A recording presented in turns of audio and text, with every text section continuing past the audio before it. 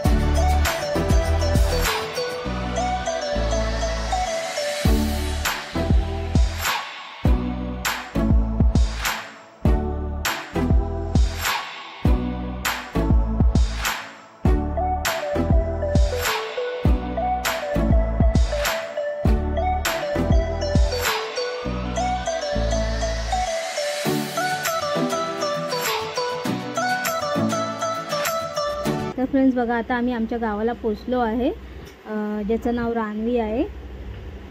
तर आता इथून आतमध्ये गेल्यावर जरासं आपल्या कुलदेवीचं मंदिर आहे।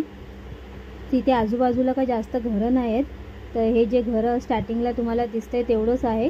आतमध्ये मंदिराचे इथे जेव्हा तुम्ही पोचाल तेव्हा तिथे आजूबाजूला जास्त घरं नाही आहेत। ॲक्च्युली मंदिराच्या आजूबाजूला तर घरं अजिबात नाही, तर तिथे गेल्यावर तुम्हाला पुढे दिसणारच।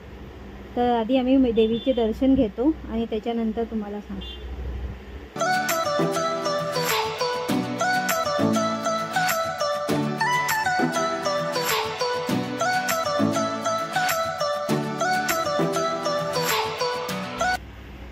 तर बघा फ्रेंड्स, तर तुम्हाला रानवी गाव बघायचं असेल तर इंस्टाग्रामवर ही आयडी आहे रानवी गावाची, तर तिथे जाऊन तुम्ही एकदा विजिट करू शकता इंस्टाग्रामवर। आणि हे बघा, हे आमचं कुलदेवीचं मंदिर आहे जिथे फक्त जेंट्स अलाउड आहे, लेडीज अलाउड नाही 12 वर्षाच्या वरती। तर म्हणून माझे हस्बंड एकटेच गेले आतमध्ये पोरांना घेऊन, मी बाहेर उभी होती। तर अशा आमचं हे कुलदेवीचं मंदिर आहे। तर ह्याचं नाव आहे वरदान देवी, असं या आमची कुलदेवी आहे। ते 5 देवी आहेत, प्रत्येकाचं नाव समोर लिहिलेलं आहे। तर पण या मंदिराचं जो नाव आहे तो वरदान देवी असं नाव आहे। तर दर्शन घेऊन आमचं झालेलं आहे, तर आता आम्ही गावाकडे जातो।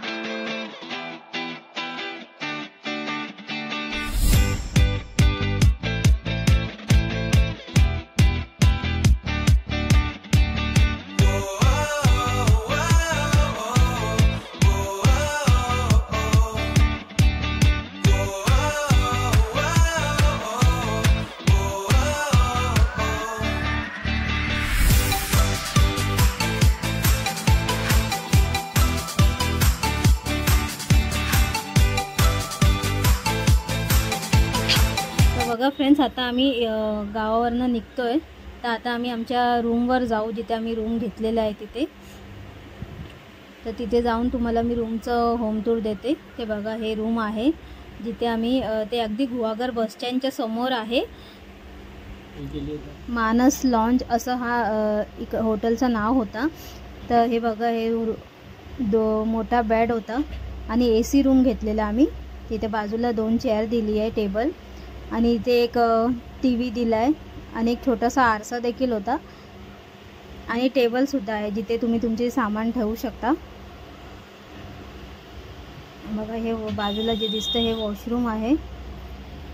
तर एवढं काय ठीक छान होत नव्हता, पण ठीक होता.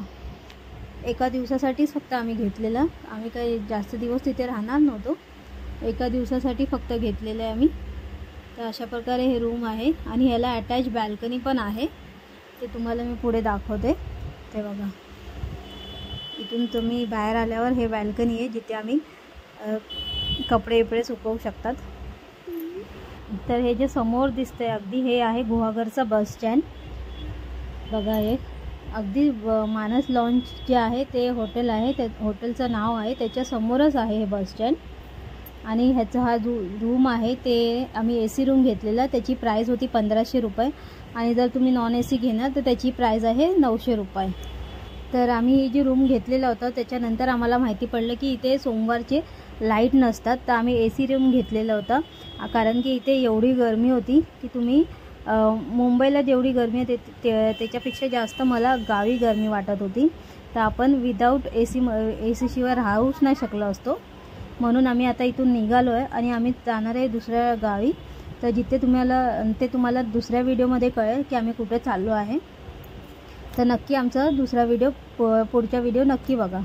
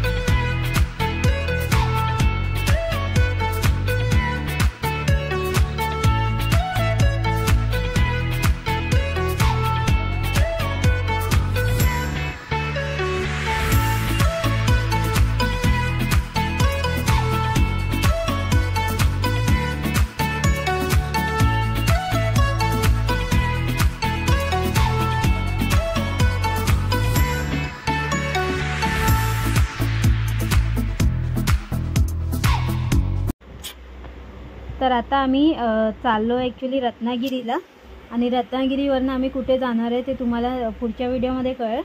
तर आता आम्ही रत्नागिरीवरला पोचलो आहे. इथले पोचल्यावर आम्हाला माहिती पडलं की रत्नागिरीचा जो बस स्टँड आहे तिथे काम चालू आहे. तर बसेस प्रॉपरली स्टँडवरती लागत नाही. तर आम्हाला जिथे जायचं होतं तिकडचं बस आमचं मिस झालेलं. लास्ट 5 वाजताची बस होती ती आम्हाला भेटली नाही. तर आम्हाला पोचता उशीर झाला. तर आता आम्ही इथून रिक्षा करून आम्ही चाललो आहे. आता आम्ही जिथे चाललो आहे तिथपर्यंत रिक्षाने आम्ही जाणार. तर ते तुम्हाला पुढच्या व्हिडिओमध्ये दिसेल. आणि रिक्षाचे आमचे जे चार्जेस घेतलेले ते 2000 रुपये घेतले। तर आता आम्ही इथून रत्नागिरीवरून निघतोय। हे बघा हे रत्नागिरी, तर आता आम्ही इथून निघतोय। तर पुढे आम्ही तुम्हाला पुढच्या व्हिडिओमध्ये सांगू की आम्ही कुठे आलो, तर नक्की पुढचा व्हिडिओ बघा।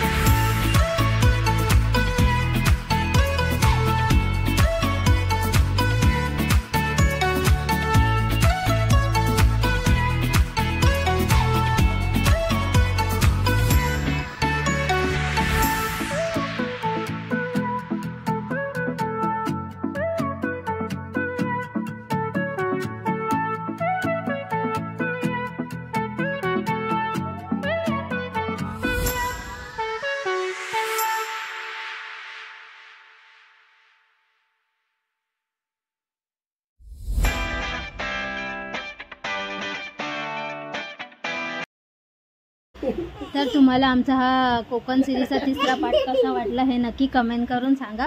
व्हिडिओ आवडला तर व्हिडिओला नक्की लाईक करा, शेअर करा, सबस्क्राईब करा आणि कमेंट देखील करा आणि सबस्क्राईबच्या बाजूला असलेली बेल आयकॉन पण प्रेस करा, ज्याच्याने तुम्हाला आमचे नवीन व्हिडिओचे नोटिफिकेशन येत राहणार। तर चला आता भेटूया पुढच्या व्हिडिओमध्ये। Till then take care, bye bye.